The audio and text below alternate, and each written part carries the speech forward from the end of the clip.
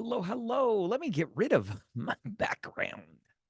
What is going on? How are you doing? Good evening. My name is Dr. Ryan Gray. I'll be your host for this evening.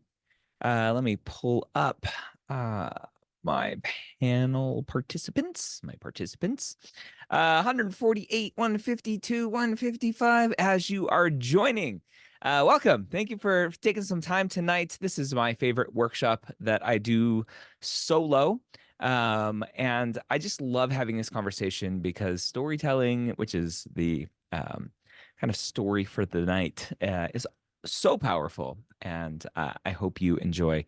As we get started here, change your to in your chat there to everyone from hosts and panelists, and then say hello. Let me know where you are watching from. And if you are applying to medical school this cycle or maybe in the future. Thank you all again for joining. I'm joining from right outside of Boulder, Colorado. Hello, Catherine. Hello. Whoa, so many people. It's going so fast. Let me scroll so I can see. Matt from LA. What's going on? Nathalie from New York. Sukmeet from Indiana. Emily from Carbondale. Hello, Jennifer from Tejas. Jordan from Phoenix. Let me scroll down a little bit. Jordan applying this year. Amy non-trad applying next cycle to Texas. Ashley in Arizona. I love the alliteration there. Hello, hello, hello. What are you most excited potentially about learning tonight? If you don't know what you're going to learn tonight, and what are you most worried about? What are you most worried about um, with applying to medical school outside of obviously getting in? Standing out, stand out. I love it. Everyone is worried about standing out. I'm worried about failing to tell my story. Well, Omar, that's what we're going to talk about tonight. So let me get my screen here. I'll pop my head up. So as we go through the night, I'll be flipping back and forth through these things. I'll remove my head so that you guys can actually read that slide. And then let me just open up one other program, and then we are rocking and a rolling. Where is, oh, there it is. All right. So let's get started, my friends. Welcome, welcome, welcome. So this is my favorite slide as we get going. I'm guessing for a lot of you, this is not the first time you've sought out information on this subject of how to potentially stand out, how to get into med school, all that kind of good stuff. So the first thing that I want to just encourage you with is that if you've struggled to figure out what to do as a pre-med, or even if you've been rejected from med school before, that's completely normal. It is completely normal. I don't know why I have the emphasis on completely, but it works. It's normal, right? There's so much conflicting information out there, and it can be confusing. So if you've been concerned in the past about getting into med school, about standing out, about not being able to tell your story, yeah, you just need the roadmap, and you can do this. And hopefully tonight you will realize that you definitely can do it. Many pre-meds out there, potentially even some advisors, will say that if you've ever failed a class, or if you got a C in organic chemistry, how many of you have been told you can't go to med school if you failed a class or you got a C?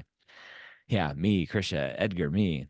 Everyone's calling themselves out. Yes, me. Well, guess what? They're wrong.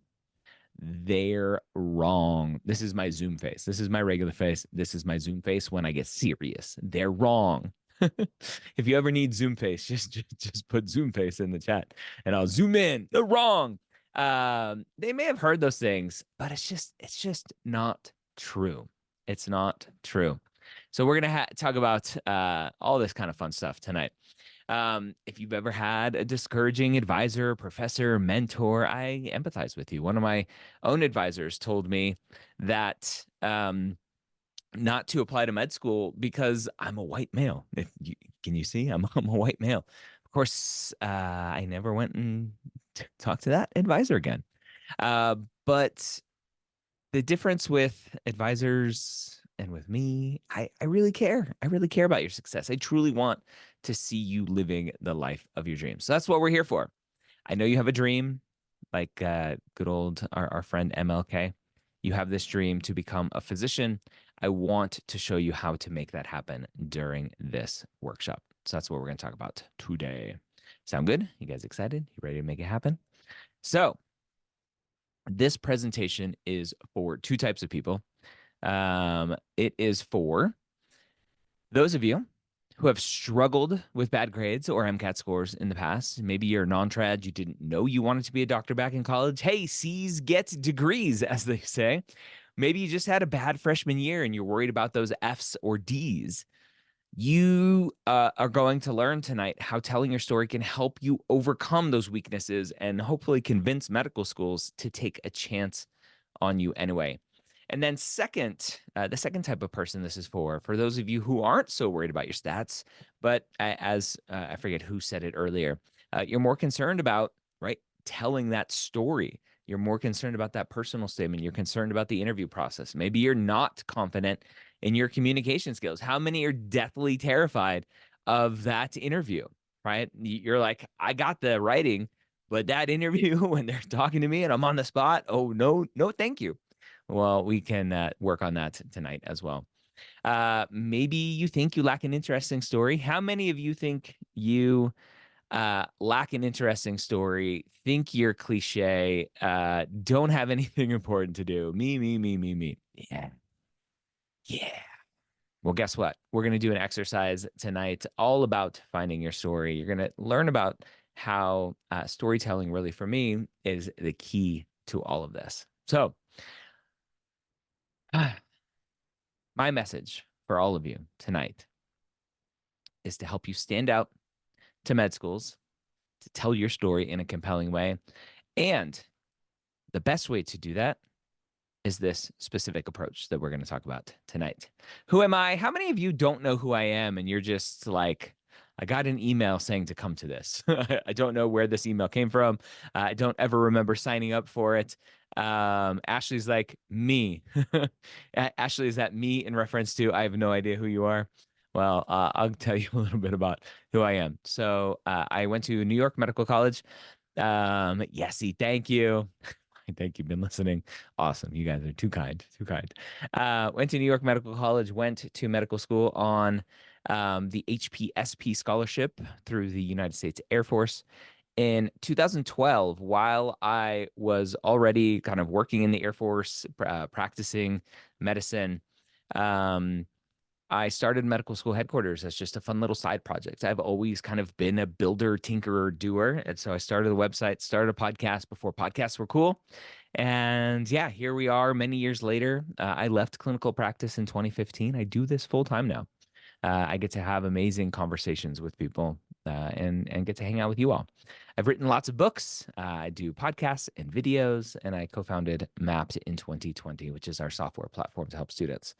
So, the Pre-Med Years podcast, as several of you mentioned, podcasts. The Pre-Med Years podcast is my oldest podcast. It's my first podcast. It's my baby. It started off as the Medical School HQ podcast, named after the website.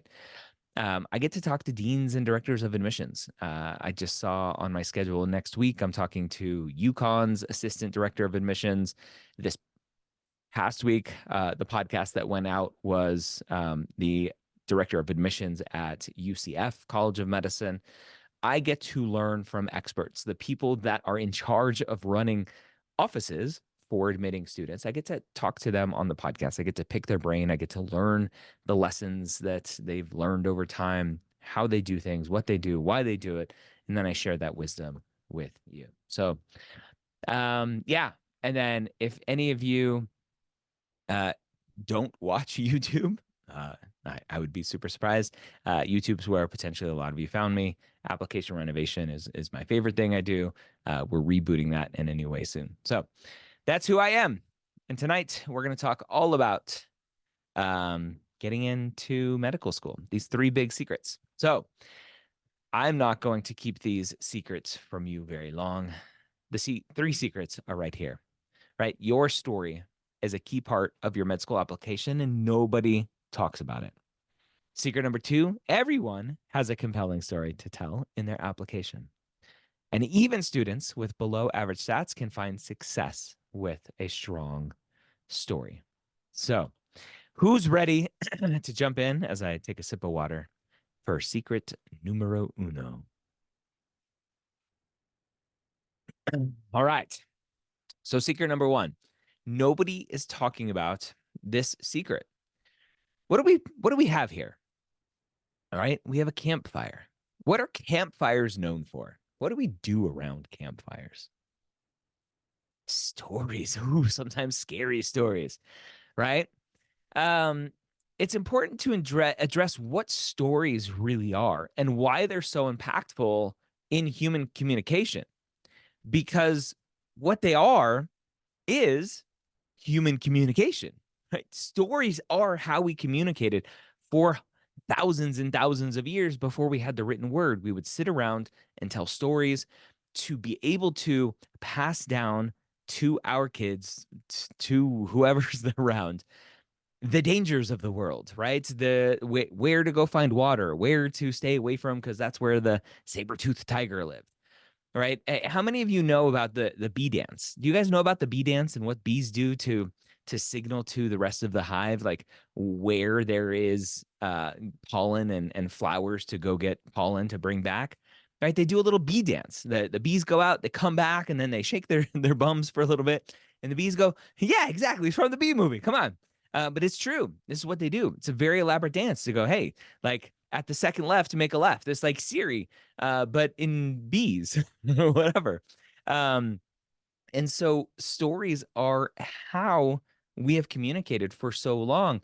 So it seems like common sense to me that why wouldn't it be important in admissions? Because ultimately, what admissions is, what applying to medical school is communicating who you are and why you're here.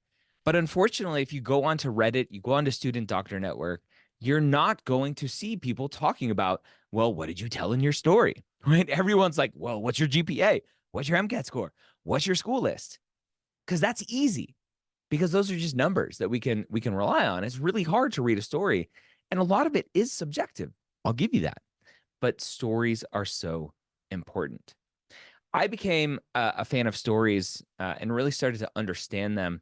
Many years ago, I went to a podcasting conference and learned the hero's journey. It was a presentation given about storytelling and podcasts. They talked about the hero's journey, and I learned that every great story out there is basically this same model.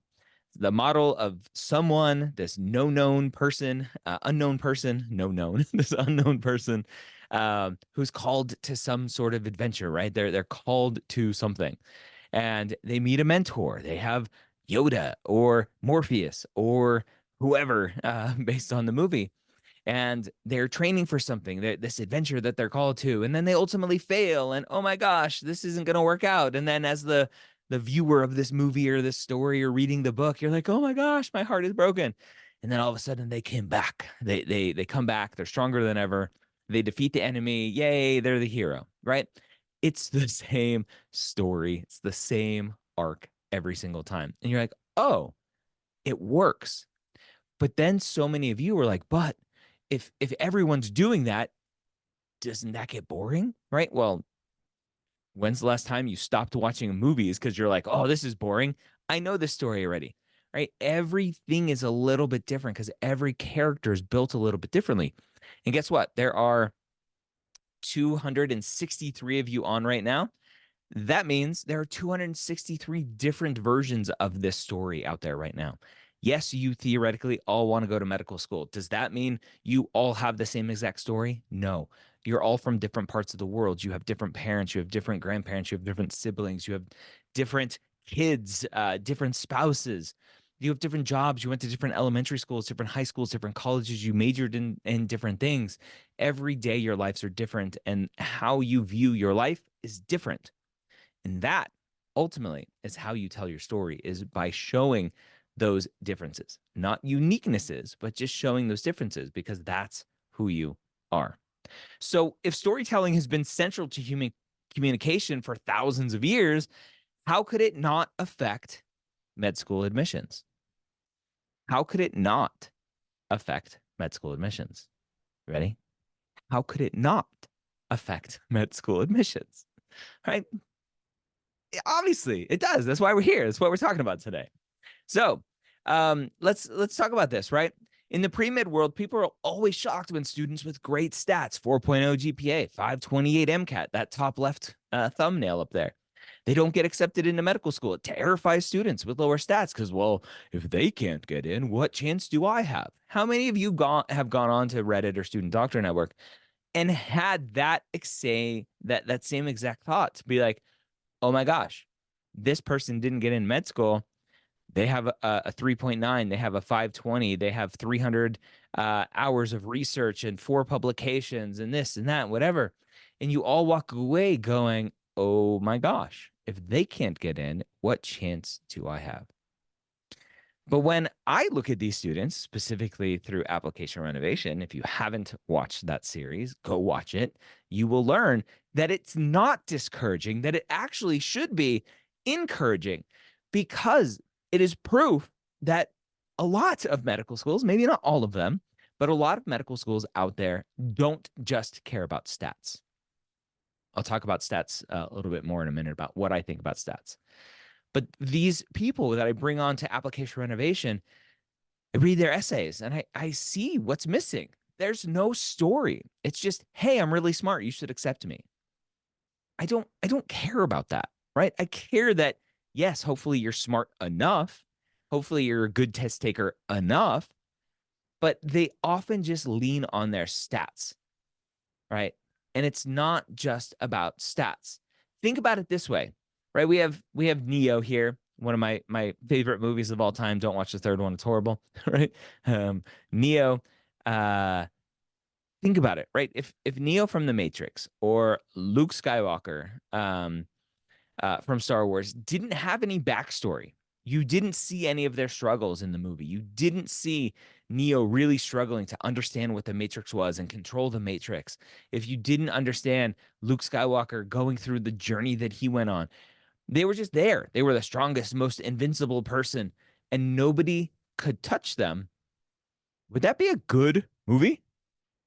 No, be very boring, right? You wouldn't be attached to that person. You wouldn't understand what it is. It's just like somebody that's just like, oh, great, that's the strongest person. They beat everyone. What's the point? Right? But that's what it's like when students rely on their stats when trying to get into medical school. It's like, hey, look at me. I'm amazing. I don't struggle at anything. I should just be here. You should accept me. Actually, you know what? Accept me and give me my white coat and diploma and just let me right pass go and collect $200. That's what they're doing. That's why these students that I bring onto application renovation, they're like, what did I do wrong? I have a 4.0, I have a 528. It is not just that.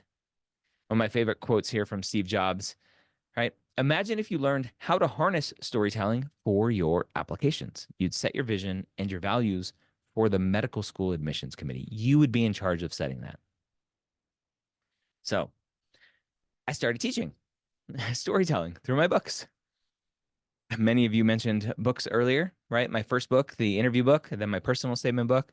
The MCAT book came out in there as well. And then the application process book was my latest one. I have many more books that I want to write. Writing books is really hard and time consuming. So I don't know when the next books are coming out. And then I started hearing from students like, hey, this is really working, right? Got so many compliments on how well written my app was because of the storytelling, right? I was told by an admissions committee member my personal statement was fantastically written, one of the best they had read. I tell my story. I got complimented on the eloquence of my personal statement. One of my interviewers, a residency director, told me that my personal statement was the best she had ever read, including residency apps. Guess what? This works for residency apps as well. This is an Application Academy member. I'm more than just a number. Sub 3.0, 2.6. They repaired their GPA. They showed they were a competent student and got in telling their story. Fernando here. If you look on where it says the pre-med years number 285, I believe it says there. Yep, 285. What you can do is just go to the website premedyears.com at /285. I'll put it here once in the chat. That'll take you directly to that episode. You can click to listen on Apple Podcasts or Spotify, or just listen directly on the website. You can go check those out. He was an immigrant, spent many years as a pre-med student, moved around a couple times, had a great story. Wasn't fantastic stat-wise. I think he was like a 3.6, 506, 507 maybe. He was an immigrant, had a great story, interviewed at amazing schools because he had a fantastic story. Ultimately ended up with a full ride, by the way. Natalie here. I love Natalie's story. I tell it as often as I can because she was one where her storytelling was off. She got her interviews. She got rejected. She got her interviews. She got rejected. Her third application cycle, she started working with me to work on her interviews specifically because she found me later in the game, and we worked on her interview skills.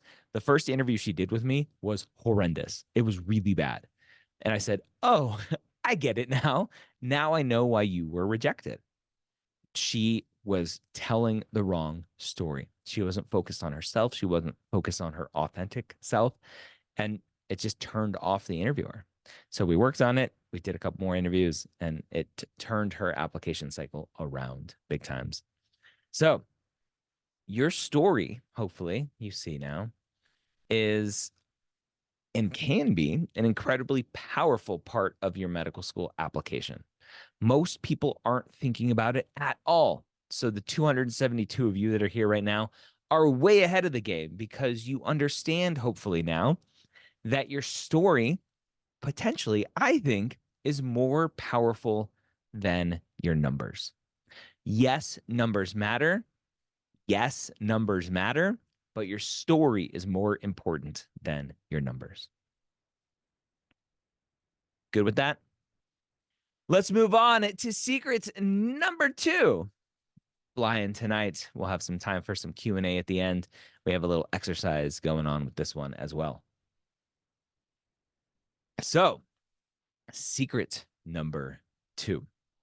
Everyone can build a compelling and unique story in their app and their interviews. A lot of pre-meds think they don't have a unique story to tell, but the truth is that everyone does.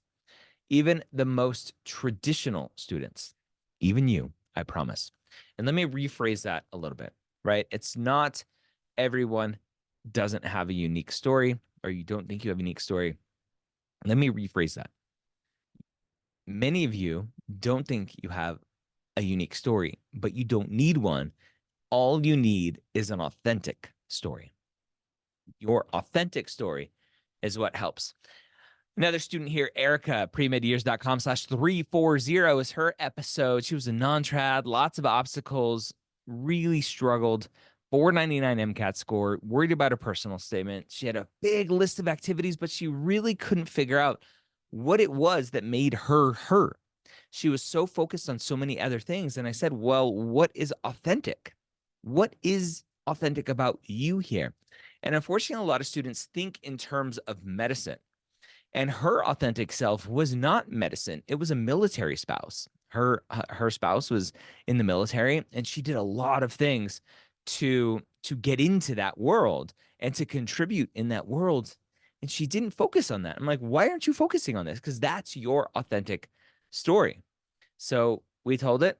We worked on her personal statement. We worked on her activity descriptions. And ultimately, she was accepted to medical school. And she was told, right, you have this beautiful, compelling, well-written personal statement, this great story. But again, so many of you are out there listening to me right now going, yeah, but, yeah, but. How many of you are like, yeah, but?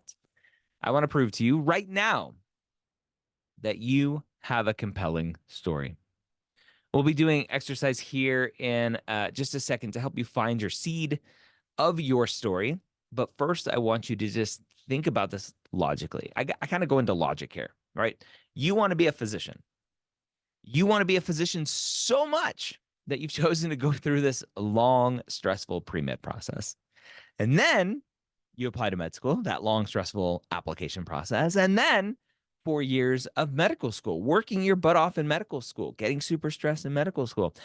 And then right? I feel like, dude, where's my car? No, and then, right? And then at least 3 years of residency. Some of you 4 years, 5 years, 7 years. When you're working up to 80 hours a week, if not more, in the hospital, essentially earning minimum wage. And that's not there to discourage you. It's just like, hey, let's think about this logically. You want to do all of that.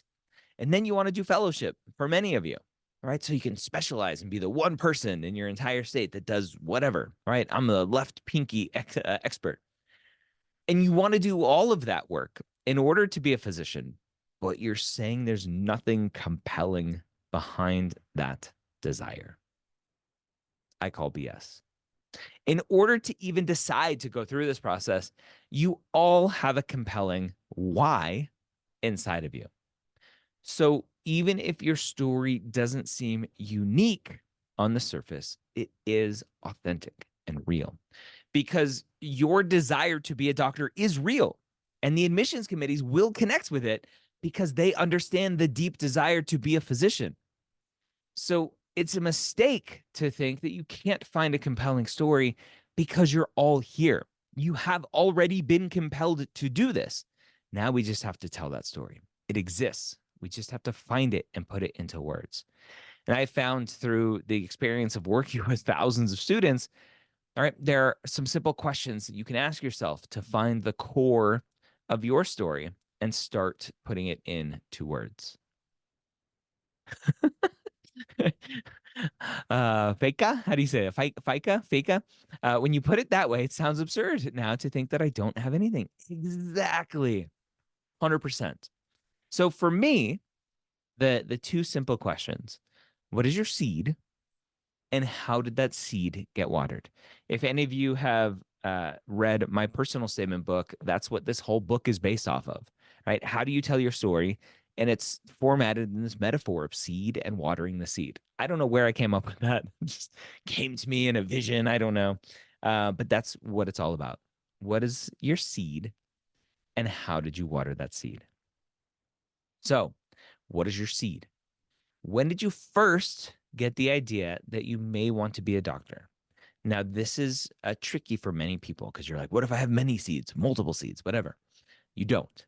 When did you first have an experience, injury or illness yourself, family member injured or ill, or something else, where you had this thought that said, oh, that's interesting.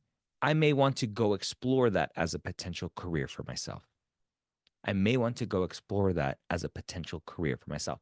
That doesn't mean you did explore it.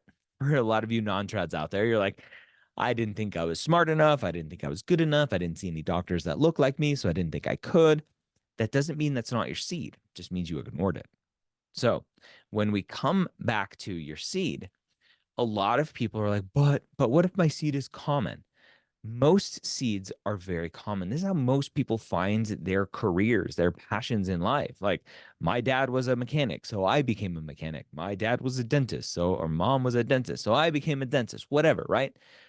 We have these experiences in life that lead us in specific directions.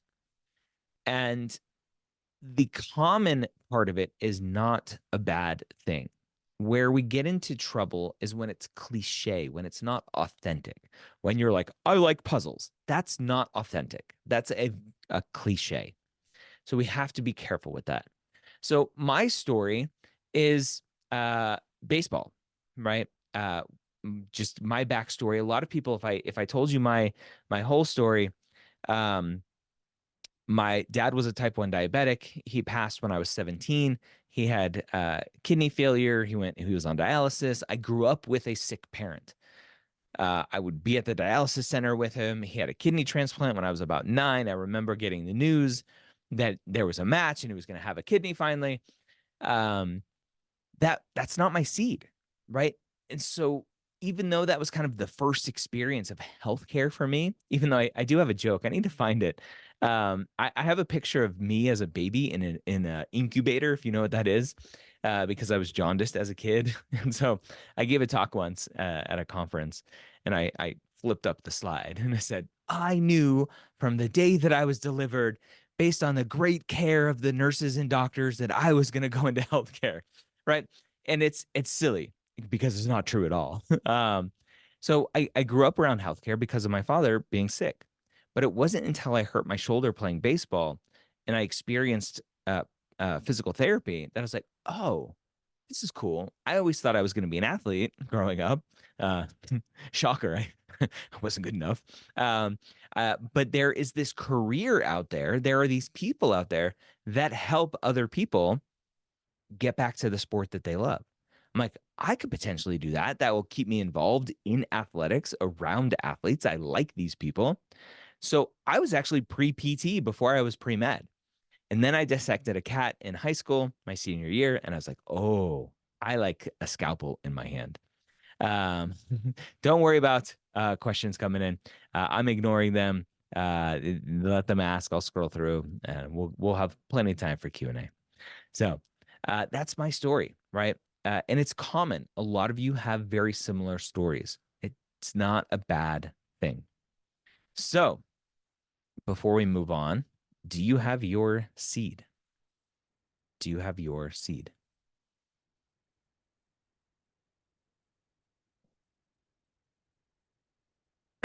Emily says yes. I do. I do. Emily, a different Emily says no. Wait, is that the same Emily? No, different Emily. Emily says yes. Emily says no. Simon says stop. Um, Kinda no. All right. So what we're gonna do is we're gonna have a little exercise. So I'm gonna lower hands and you can raise your hand if you want to come on. I will allow you to unmute yourself. You have to be in a somewhat quiet area so we can hear you. And we are going to do an exercise. So if you're having a hard time finding your seed, excuse me, I got the hiccups. I want you to raise your hand. We'll get to 2 or 3, maybe 4 people, depending on how long it takes. I have the hiccups. And we'll go through this. So, Abigail, hello. Hi. How are you? Good. So, what do you think your seed is? I think that my seed was like experiencing my dad going to the VA hospital routinely and like not receiving any help for his pain. Okay. He did 2 knee replacements by the time he was 30. And ever since like growing up, like I was a physical like crutch cane for him and like there was one day specifically I remember him not being able to feel his legs from his hips down and having to like lean outside the car Mhm. to do something and seeing how much he was in pain and going to the hospital and all that they said was we can only give you a steroid shot by the VA doctor. And that I think was a really key moment in my life that I was like, I want to change these veterans' lives because I can't stand seeing how he was treated and how others have similar stories. Yeah. So let me challenge you a little bit. How old Okay. were you when this happened? I was in high school, so I was Okay. about 16. You were 16, you said? Yeah. Okay. Uh, did you know at that time what the standard of care for knee pain is? I did not. Okay. Right. You're not a doctor. You're not a PA. You're not an MP. You're not some Doogie Howser that got some sort of medical degree when you're 12. Right. No. Okay. So I will challenge you to not focus on what you think other physicians or healthcare providers were doing wrong. Okay. There's a very common, I think, mistake that students make going into writing their personal statement is basically telling the story. It's very common. I'm sorry your dad went through that. Very common story that where the focus is they sucked and I can do it better. Correct. You're like, yeah, yeah, what's wrong with that? They sucked and I Oh, can do it better. no, Right. I definitely believe that. I my previous personal statement that I wrote was definitely like that. And Yeah, it after didn't reading it, work. like definitely need to change this. Yeah. So, So the seed is the same. I'm not telling you that that's not your seed. I'm telling you let's look at it from a different angle. Let's look at it from the angle of the truth. We're not avoiding the truth that you had a parent who was in pain and you wanted to protect him from that pain. mhm, We don't need to mention the doctors because number one, you don't know what they were doing is wrong. All you know is that your dad was still in pain. yes. Okay. So the other part of that is number two, a lot of times these are doctors reading it and they're going, oh, like who's this snotty little brat that thinks they know more than me? Right? We want to avoid that. Right? It's like the teenager growing up, and I have an almost 10-year-old, and I can't wait till the day she's already there, basically, where she knows more than I do. Um, she thinks she does, right? So we tell the same story. My dad was in pain. I went to him with visits. It caused me all of this anguish that he was in pain and I couldn't do anything about it. And that made me want to explore how I could potentially be the person that took care of him. You're Okay. still authentic without turning and pointing a finger saying, and they sucked. Yeah. Because the and they sucked is very subjective. Did they just have bad bedside manner? And so you assumed that everything they did was wrong? Did they do anything wrong? Like, we don't know any of that, right? Also 16, very naive. Correct. Correct. And so just same story, different angle. Okay. Got it? Yes. Good. You Thank got your you. job. All right. How you guys like that? We keep rocking here. Let me lower that hand. Charanth, hello. Hey, Hello. you hear me? I can. So I think my story was when I was a junior in high school, I had the opportunity to be in a health science program at the same time in my high school that allowed me to be like certified as a medical assistant, work around the Okay. So hospital. stop. Why were you even interested in doing that? Because a lot of times those high schools have a couple different paths. Why Yeah. why did you choose the healthcare path? So I think I saw my grandfather suffer Mm. through a heart attack very See, closely. you went a couple of one, two, skip a few, and I'm like, oh, let's take it a step back. Yeah. Okay, so you saw your grandfather suffer from a heart attack, you said, Yeah. And and how old were you when that happened? I was a sophomore. Okay, so you're a sophomore, and Yeah. how close to your grandfather were you? I was pretty close. We we were at the family gatherings and we used to read stories together growing up as a child. And yeah, I was pretty close with him. He did Okay, survive, but good, I watched how the doctors like treated him and I got done, interested into the done. anatomy of the You're heart. done. That's your seed. Yeah. Yeah, don't get into the I like anatomy, right? Your Okay. seed is you saw this happen. You saw the effect that healthcare providers, physicians, whatever, had an Hmm. effect on your family, on your grandfather, Hmm. and that sparked this interest. That's all you need. And then you go into your story as we'll jump into some watering events here in a minute. All right. Done. Thank you. Done. Yeah, you knew your seed. Come on. Good job. So, Mayan. Hello. Hi, can you hear me? I can.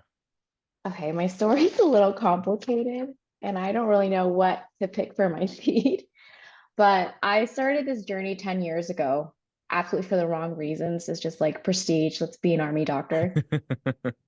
Yep. 10 Definitely years not the later, story we want to tell. yeah, 10 years later, and I want to say this is, I don't want to be cliche, but has been a true journey of like self-discovery and self-love. Mhm. Where 10 years later, coming out of an abusive relationship, realizing I was psychic and started to do healing work, like Mhm. energy healing, for people, and realizing that that wasn't enough for me. Mhm. And I wanted to go back into my pursuit of medicine, where I wanted to be close to people. Okay. And I've always been in healthcare, whether it was either in the army or project management, but I What have did you do in never, the army healthcare wise? so I trained army doctors and nurses for deployment. So I was a commander. Um, but I guess they would call it the healthcare administrator. It was like the Okay. generic term of like operations, I guess. Yeah, so you were an ops person, but you happened to be attached to a medical group. Medical service. Yeah, I was in the medical service corps. Yeah. Yeah. Okay. Okay. So would you potentially, so now I'm going to start challenging you. Would you potentially, s- when were you in the army? How old? 2013. I mean, and then for 8 years, so 2021. Okay. And you're still a reserve or guard or whatever.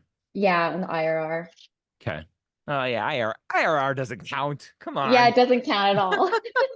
I mean, we are kind of inching closer to World War III, so never say never. Knock on wood, lots of wood. Um, how old were you when you joined? 21, fresh. 21. Yeah. What were you doing before then? I was in college doing ROTC and um, And what were you majoring in? majored in history, was pre-med. Actually, Ah, okay. Why were you pre-med? the same reason I told you, like it was total ego. Like I'm gonna be a doctor and I'm gonna be an army doctor. And there was no compassion that I had developed then yet. Like I would say that if I had done it 10 years ago, I would have been doing a disservice for myself and my patients. Um, so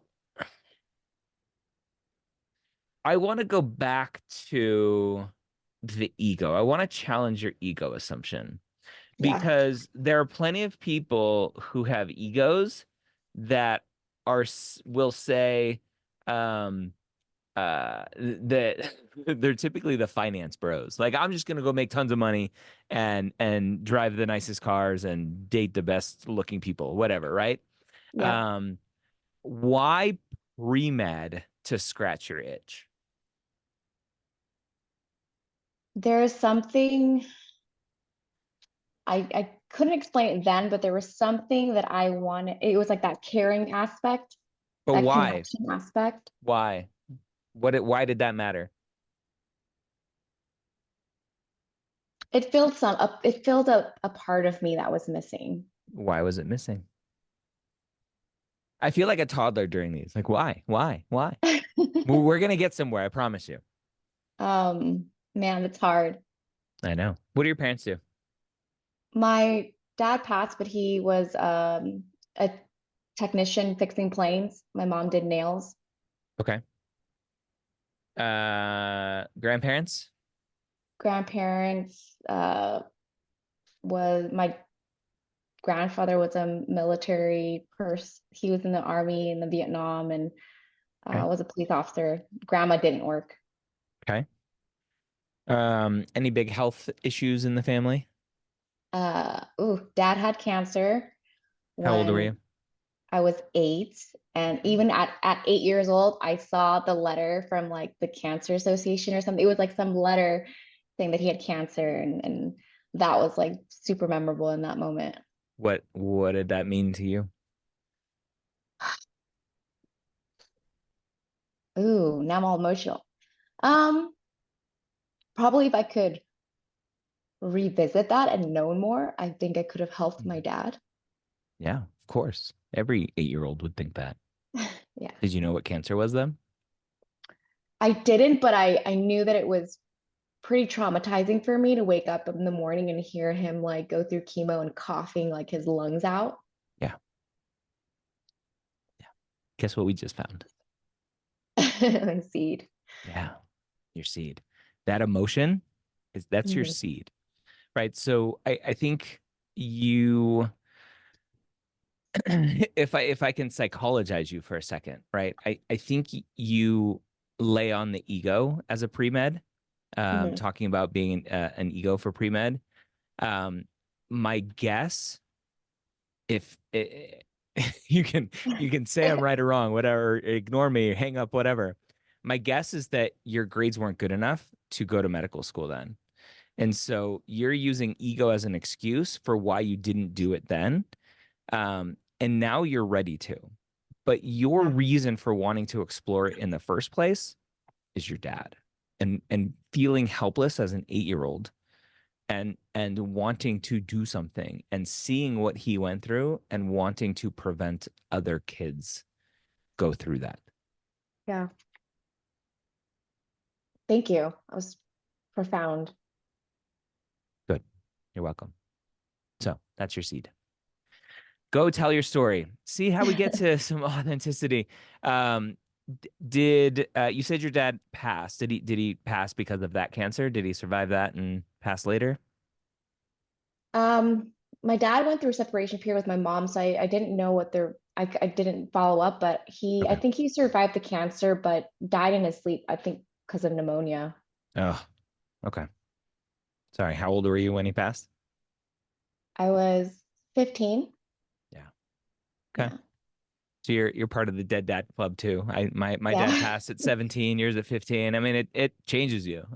It does. I was Uh, codependent and went through a series of issues, and yeah. 10 years later, still working on healing and filling the daddy issues, but I'm Yeah. so ready. Yeah. So ready. So I think we found your authentic seed, super powerful. I will caution you to talk about psychic stuff. Yeah. Um, just because it's very stigmatized and you are entering this world of Western medicine that follows rules and science and data. And there's no science and data on psychics, even though Yeah. I think there are people out there that know a lot of stuff. So uh, just be careful with that part. Should I not include it at all?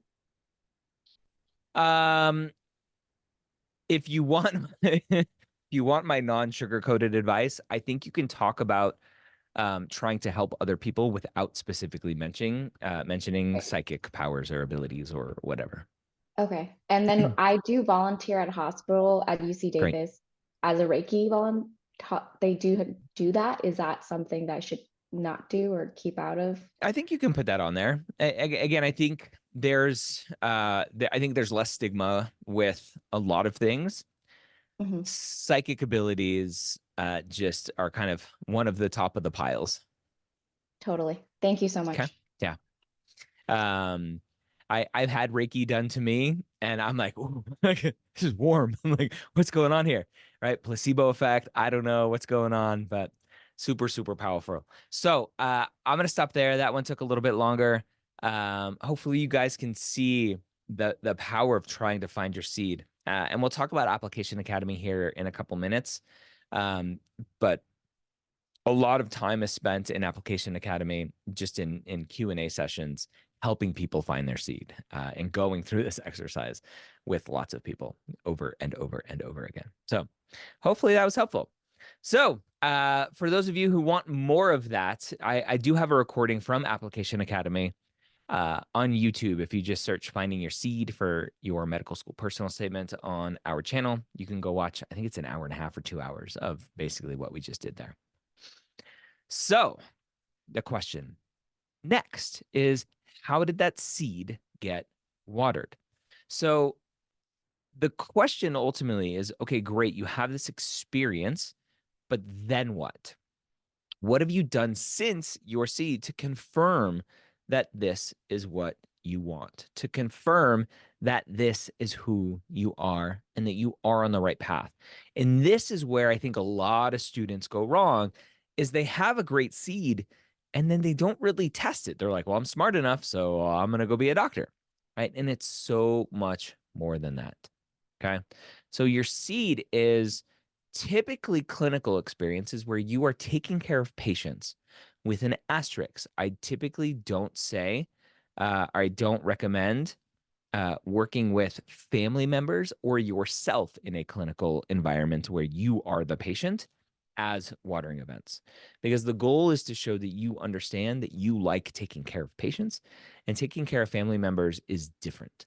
Shadowing is not a great clinical experience, or not a great experience rather, to talk about in watering because it's typically very passive. Same with scribing. It's a very passive experience, typically. Now, your scribing position may not be passive, in which case it may work perfect as a watering event. But the goal is to show who you are, to show this interaction, and then help the reader understand why this interaction helped impact you and confirm that, yes, you want to be a doctor. So before we move on, what is your seed or what is your watering events? How did you water your seed? Again, typically it's going to be EMT, medical assistant, phlebotomy. What is your watering events? Put it in the comments. Being a nurse, of course. How many nurses in the house? Last night we had or yesterday we had I don't know, 8 nurses aide, CNA, psychiatric, something, nurse. Awesome. Very exciting. Cool. All right. So you guys see it, right? Lots of clinical experience. And why is clinical experience so important? Because you can then tell your story that, yes, I know what I'm getting myself into. Yes, I know I want to be here. Yes, I'm in the right spot. And you can see that. That's where it's like this bordering on, well, I have great grades, so I don't need clinical experiences. No, that is not the point. So obviously, there's still work to be done. You need to identify specific patient interactions. And if you're a nurse, if you are med tech in the Air Force, hello, what's up? If you are a nurse, if you're a CNA, if you've been an EMT for a long time, you're going to have lots of experiences. Now it's trying to identify specific ones that you want to write about, the most impactful ones.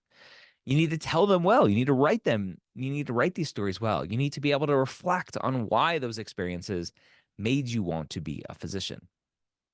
You already have the kernel of what can become a strong, authentic personal statement that tells your story. And this is also the core of why medicine when you're talking about interviews, because it's the same thing. Your personal statement is why medicine. The interview question, why medicine? Same. So we're killing 2 birds with 1 stone here. Sorry for all you bird experts, lovers. So hopefully you can now see everyone can build a compelling story, an authentic story in their application and their interview. So secret number 3, as we keep rolling on, we're going fast. We're going to have some time for Q&A at the end. Even students with below average stats can find success with a strong story. How many of you are concerned about your stats? Your GPA, your MCAT score? Me. Right? Perfection is not the goal with stats. And stats have to be good enough to show that you're going to pass medical school.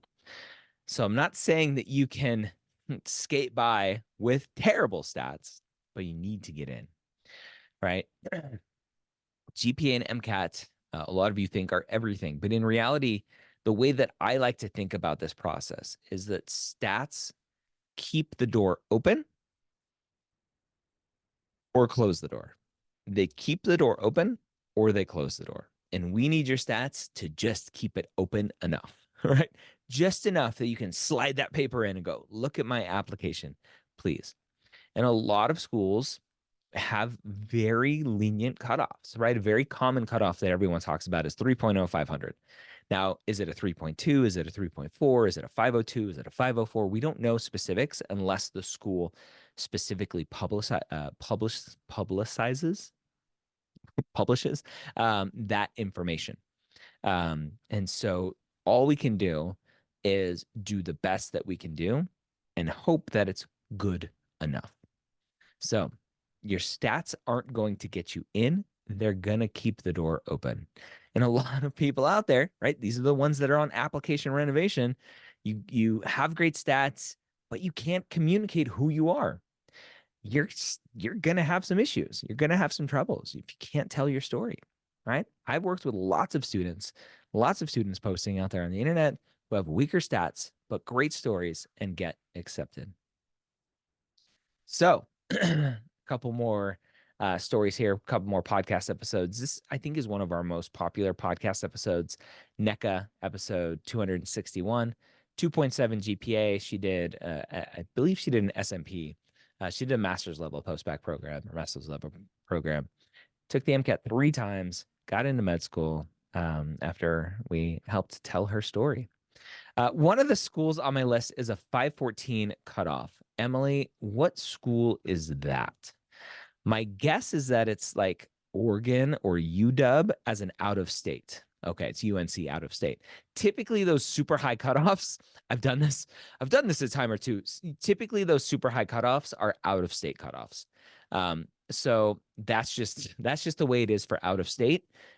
Schools use really high MCAT cutoffs as a way to bolster their stats, to say, hey, we'll take lesser than stats from in-state, but we want those really high stats from out of state to really help our numbers, because they still chase those stupid things. So anyway, see, we're all right.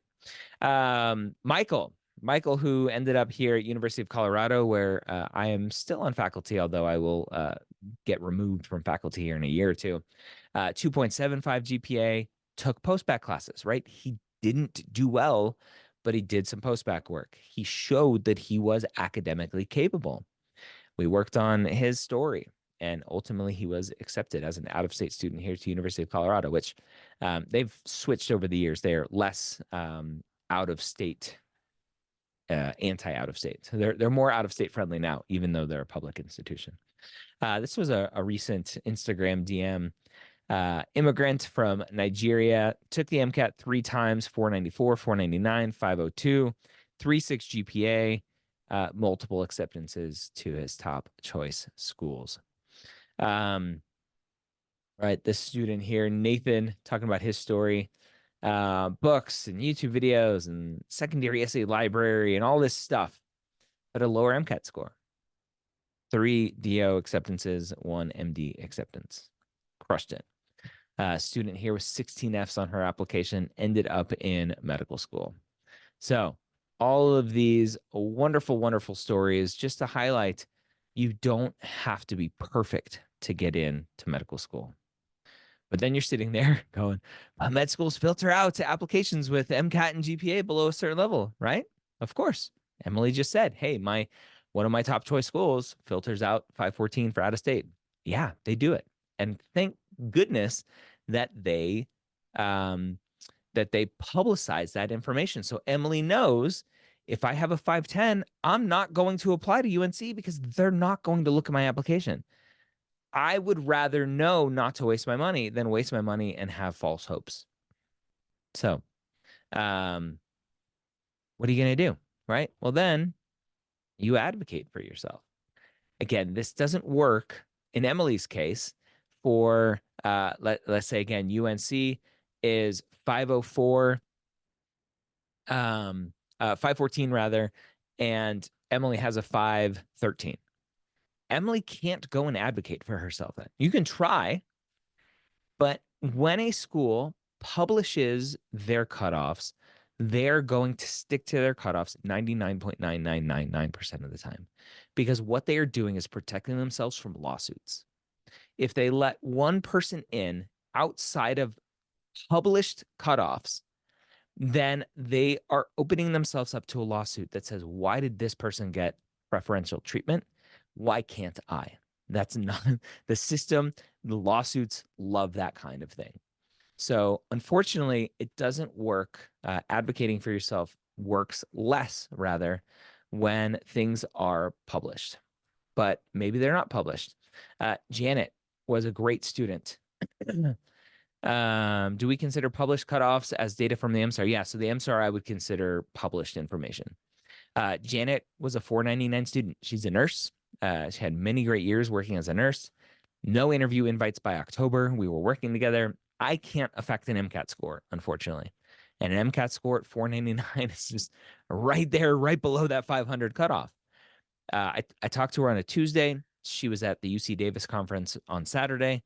I introduced her to as many people as I could, directors of admissions, medical schools, admissions committee members, recruiters that I knew. she was told specifically by one school, hey, you got a 499. We can't talk to people less than a 500. So you have to you have to understand that schools are going to have their cutoffs. They're going to do what they're going to do. You are not going to be a perfect candidate for every school, and that's okay. She went to another conference, ended up talking to 2 medical schools, 2 MD schools, for those of you who care about that kind of thing, and showed who she was, had these conversations, and was ultimately accepted by both of those schools. Erica, again, I mentioned her earlier. Someone asked earlier about the Nigerian student. I actually didn't have him on the podcast. I need to though. So I'm going to reach out to him. 499 MCAT, Erica, right? She emailed the med school. She heard crickets, but she lived in the area where this new school was. She knew the director of admissions by running into her at some community event. She emailed and said, hey, it was great meeting you. Here's my story. She called herself out. We worked on the kind of the essay that she, or the letter that she wrote, the email that she wrote. She said, I know my MCAT is not strong, but here's where I am strong. She was offered an interview the next day and was ultimately accepted. So hopefully you can understand, right? Even with below average stats, you can find success with a strong story. So one of my favorite proverbs here, right? Imagine if you learned how to harness storytelling for your application.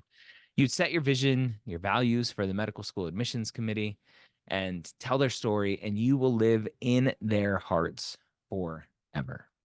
That's the goal. You want your story to live in their hearts so that when that interviewer, when that reviewer goes to the admissions committee and says, hey, we need to interview this person, your story is right there in their heart, and they're going to advocate the heck out of it for you. That's what we want. So let me ask you a question.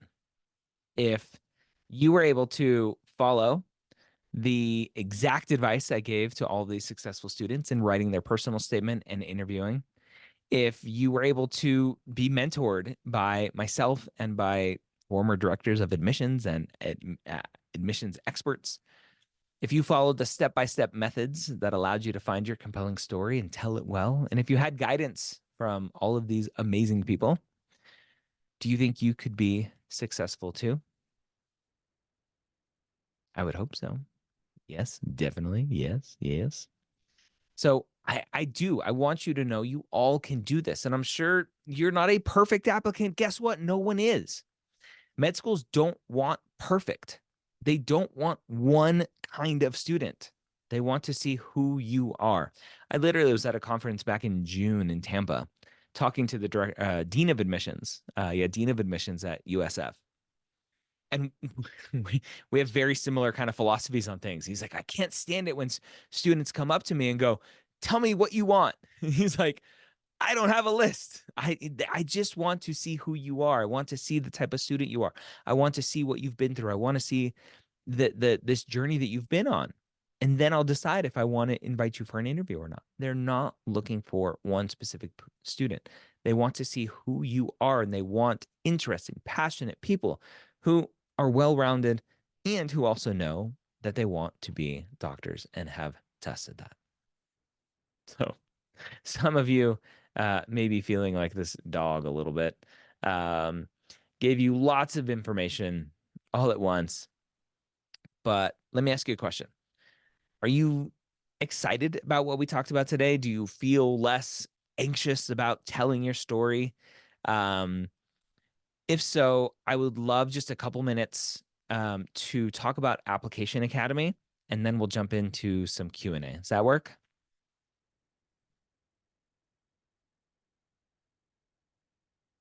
Yes, yes, yes. So,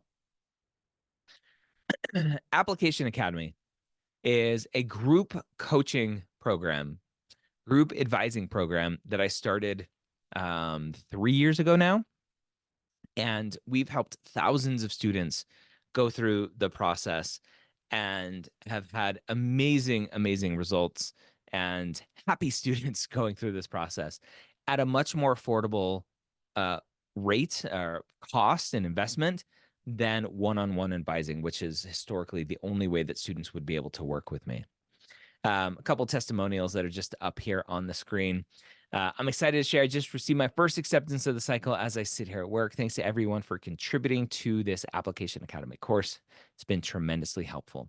The one thing I love about Application Academy is it solidifies and reinforces the collaboration, not competition motto that I speak of, that I hope a lot of you kind of believe in, because we are working together as a group of students on this single mission.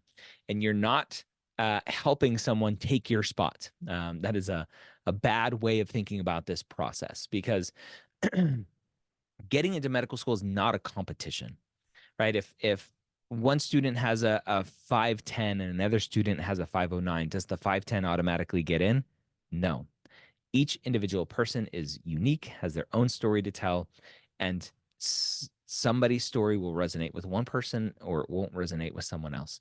So as you go through this kind of group environment, you're not helping your competition. You're helping all ships rise. You are learning along the way. Right. This student here at the bottom, 3.3 GPA, 504, getting 3 interview invitations so far. Right. Amazing, amazing results. You go onto Reddit and Student Doctor Network and you say, hey, I have a 3.3 and a 504. What are my chances? What are people going to say? You ain't got no chances. But they're wrong. They're wrong. So what does Application Academy look like? It's really hard for people to understand the group environment, right? This is a group environment, the environment that we're in. When we run Application Academy, it's in a Zoom setting. It's not in a webinar format, though. The webinar format prevents you from asking questions and showing your videos. There are also 250 people here. Application Academy sessions usually have 10 or 15 people, maybe 20 at certain times of the year, but it's usually very small groups of people because the majority of people use Application Academy asynchronously, meaning everything is recorded and then they watch it later. So this is just a kind of a sneak peek of what is in Application Academy, just lots of modules here to get some things, and then lots of modules of pre-recorded content of me talking about the personal statement. You can see all of these videos here, all personal statement stuff, talking all about activities and extracurriculars. How do you write these things? What's the best way to think about it? How old can ECs be? Whatever. Secondary applications, interview prep, school list, TMDSAS. We cover everything that you need to know to get into med school. So those are the pre-recorded modules, these ones, and then you can see different faces here, kind of a different format a little bit, where some sessions are Q&A, some sessions are covering activity essay review. We are reviewing essays in your in office hours. We are doing interview prep in office hours. The biggest difference is that it's in a group setting. So what does that look like when we're reviewing stuff? This is what it looks like. There are 10 people on, or however many people are on. I'm sharing my video. Other people are sharing their video. We have a Google Doc. You submit stuff for review. Typically, it's parts of personal statements. You can see here, this is watering events. So this is a watering event. We're covering a watering event. People are contributing. They're critiquing it. They're saying this resonates. This is confusing. You are learning as a student, as you're going through this, you are learning how to be a better writer by reading and reviewing and critiquing other people's writing. The group setting is super powerful for that. Taylor talked about here the power of Application Academy for her telling her story in her personal statement. She struggled in the interview, and the interviewer stopped and was like, hey, why are you struggling? We read your personal statement. Your personal statement clearly showed why you need to be a doctor. Well, let's just take a break, take a pause, right? So who's this course for? Who's Application Academy for? It's for everyone. Everyone can benefit from telling a stronger story, right? There's no one where a stronger story doesn't benefit them. So let's talk about what you're gonna get, and watch these fun numbers. And these are just for fun. We'll just look at these, right? So the pre-med playbook course is all of the pre-recorded content that I spent a lot of time putting together, kind of formatting it, outlining all the syllabus stuff. You're going to get all of that. You're going to get this crazy schedule. You can see here, we have 6 sessions on here that are taught by our experts. And then we also have TA office hours. TA office hours are run by successful academy graduates. And the schedule is put out there. You can subscribe to the Google Calendar when you sign up so that you can not miss a class if you want to come live, or you can look ahead and go, oh, the next session is going to be all about personal statement conclusions. Let me submit my conclusion. I know I can't make it live, but I'm going to submit it and have it reviewed. I'll know if it was reviewed if my code word is on there. So who runs office hours? The medical school HQ team. You see myself here, Dr. Scott Wright, next to me, Courtney Lewis, next to Dr. Scott Wright, Dina Golini, second from the left, and Verinia Granum. 6 hours a week with the medical school HQ advising team, all recorded so you can go back and watch it at 2x speed. I talk pretty fast, so I don't know if you guys can watch me at 2x speed, but hey, it's fun. So who is this team, right? Well, former director of admissions at UT Southwestern, retired executive director at TMDSAS. He used to run the whole application service. Former director of admissions at Burrell College of Osteopathic Medicine, who also held 2 elected positions for the ACOM Admissions Officer Council, one of them as a vice chair elect. Former senior MD admissions officer at Stanford Medicine, and advisor at Brown University's Warren Alpert Medical School, guiding non-trad and underrepresented MD and DO applicants within the SMP program that was integrated into the medical school. Former assistant dean of pre-health and STEM advising at Hofstra, and me, right? We have an amazing team of people that you get to meet with every single week. You get to come and ask questions and do all that stuff. We also have the Academy TAs. They're awesome. 6 hours a week plus, right? The Academy TA office hours aren't included in that 6 hours a week. You get 12 months of access to Application Academy. That's 312 hours, just counting those 6 hours, 52 weeks. We charge a lot of money for one-on-one advising. And we charge that amount of money, and it allows us to do all of the amazing free things that we do and be able to do the group coaching. And so I call it the Robin Hood method. Those who are privileged enough to pay us a lot of money for one-on-one advising, we take that money that supports us, supports Building Mapped, and supports us doing all of the free content, and we do everything else that we do with it. So if you take that 405 times 312 hours, that's a ridiculous 126,360. Well, I'm not going to put that on there because that's crazy, right? I rounded down. So if we say, hey, 5,000, whatever, but there you get some more too. You get all of my books, right? All of the books that I wrote on the application process, personal statement, interview, and application process. I couldn't think of the third one. You get print copies if you want them. The PDFs you get immediately. So you're going to get all of those. My books are used for curriculums, right? I'll Google my books every once in a while, and I'll see that it's part of a syllabus at a university. I'm like, oh, that's cool. Right? They're using it as a textbook. So my books are pretty awesome. A lot of you said you've seen them before. You get a awesome group of collaboration, not competition, Facebook group specifically for Application Academy students, where you can form your little cohorts, people who are taking the MCAT around the same time, people who want to do some extra work, people who want to form little study groups to do more interview prep or more essay review. We've seen everything happen. The group for Paige here was one of the strongest things for her, right? Making sure that she didn't feel alone in this process, being uplifted in this process was huge for her. How many of you feel alone in this process? How many of you feel alone? Yeah, a lot of you, right? Well, guess what? You don't have to be alone. So the private Facebook group, you get access to that. We're up to 6257 now. The personal statement writing course and medical school interview course. These are 2 kind of trial runs that I did at group coaching. You get the recordings of those, just more examples, more seeing stuff being critiqued. So you get those as well. You also get access to Mapped Pro. which includes chatting with the same medical school HQ advising team, and our My LORs feature, which will help replace Interfolio. You can submit letters of recommendations directly in there as well. You get a year of MAP to Pro access. 6641.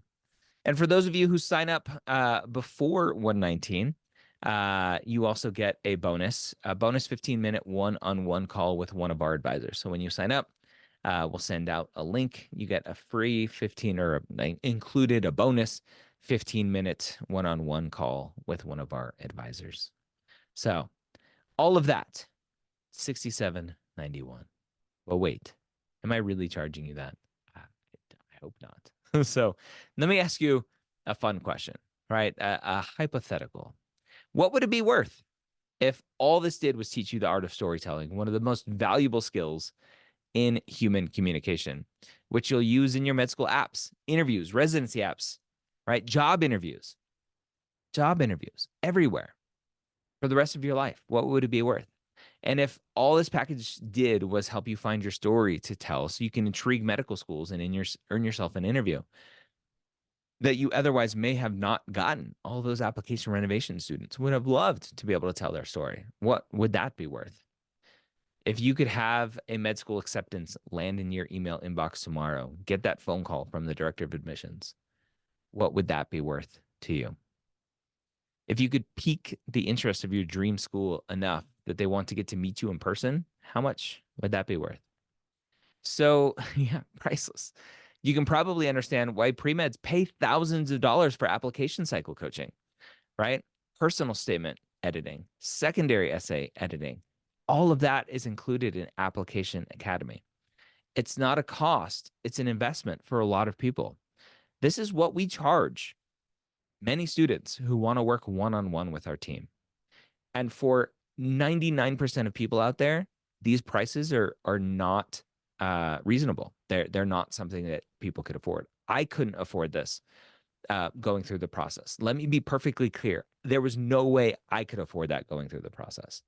I was a first generation 4-year college student, first doctor in the family. The people that I lived with, my mom and my stepdad, didn't graduate high school. They didn't graduate high school. I couldn't afford that. So I say all of this knowing that these are extremely expensive numbers. But that's why we put together the group coaching, because these numbers aren't accessible to everyone. But with group coaching, we can bring that price down to something that's a lot more accessible. And even still, at $4.99, it's on sale right now. $4.99. That's better, says Emily. She says, right? At $4.99 or $125 a month, you get access to all of that stuff we talked about. Sometimes that still is not affordable.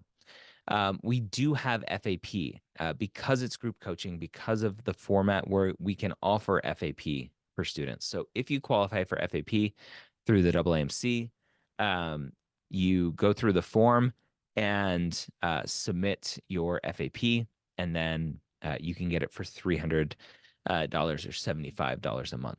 We don't charge you more if you need to pay in installments like a lot of companies do. We don't penalize you. No poor tax here. I hate that. So Taylor, I wanted to show you, right? Taylor said, hey, I wanted to be the best pre-med as I could be so that when I hit the submit button, I would know that I gave it my all. Funds were also a concern, right? They're a concern for most people out there.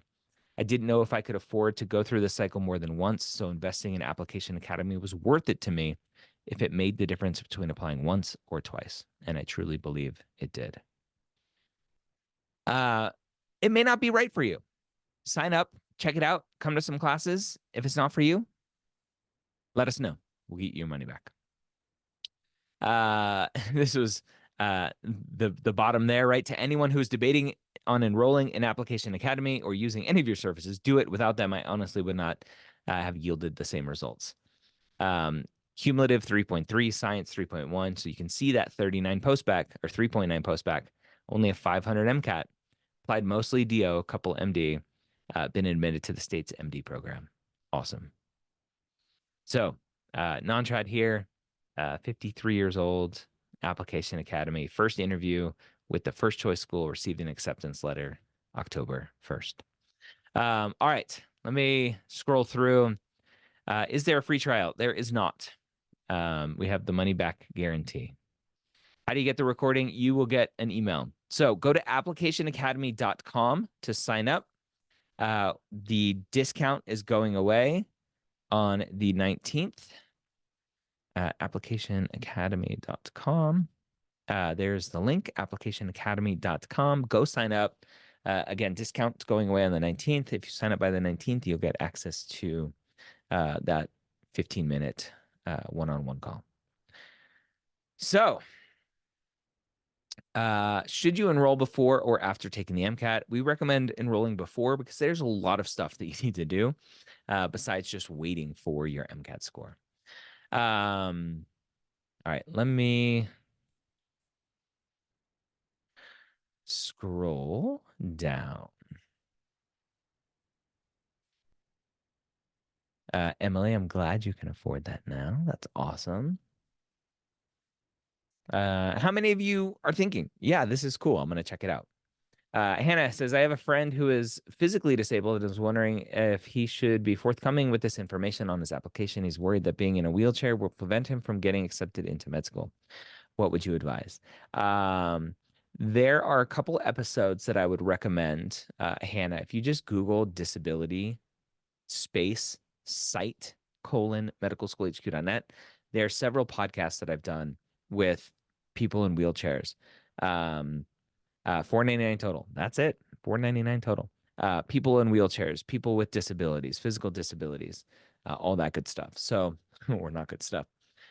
Yeah. Go check it out.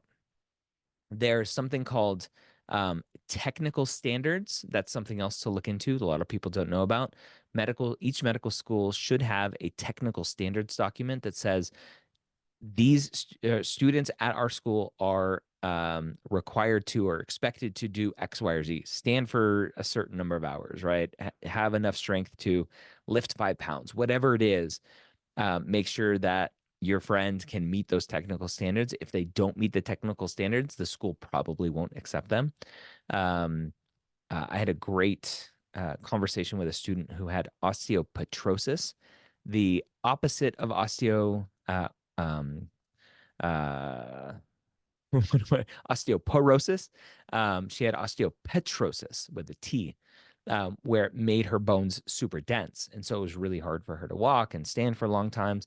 And so she went through many schools' technical standards and applied to the schools that she was able to meet the technical standards. Would it be a waste of 12 months of resources if I'm applying in May? No. So you need to start now. The application cycle starts now. You need to start working on your personal statement now. Everyone is applying in May. That's when application cycle opens to submit all of the work that you've been doing so far.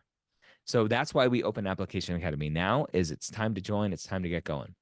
As someone who's applying to both AAMC or AMCAS and Team DS, how would you recommend I cut down my personal statement activity descriptions? It's just an art. You write 5,300 characters and then you figure out how to get rid of 300. The activities is harder, although it got easier. I don't know if you know, last year they expanded from 300 to 500 for most of the activities. I'm not sure if they're doing the same thing again this year. It was a test last year. Hopefully. I taught a class on medical racism at my university, and I was a little nervous about mentioning it in my personal statement. I consider it a watering event. It is not a watering event.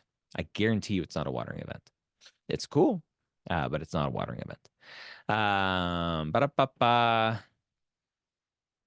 wondering if they'll argue I can't meet the technical standards with ASD if I say anything. Yeah, so Emily, go check out. I did a podcast recently with someone with autism who was open about his autism in his applications.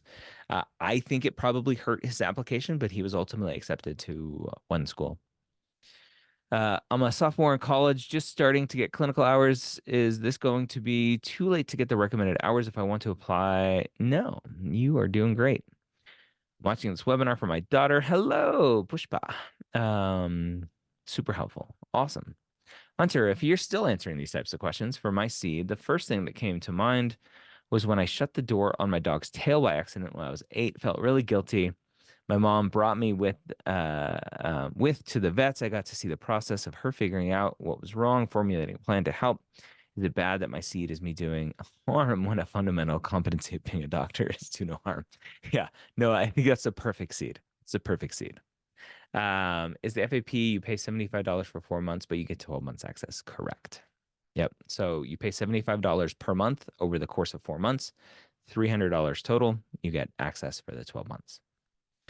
If I was negatively affected by a doctor in relation to my medical diagnosis, how would you suggest I work around this? This is my seed moment. So, Jennifer, I don't know if you were on earlier when we talked to a student about the negative experience that she had with her dad receiving care. It's the same thing.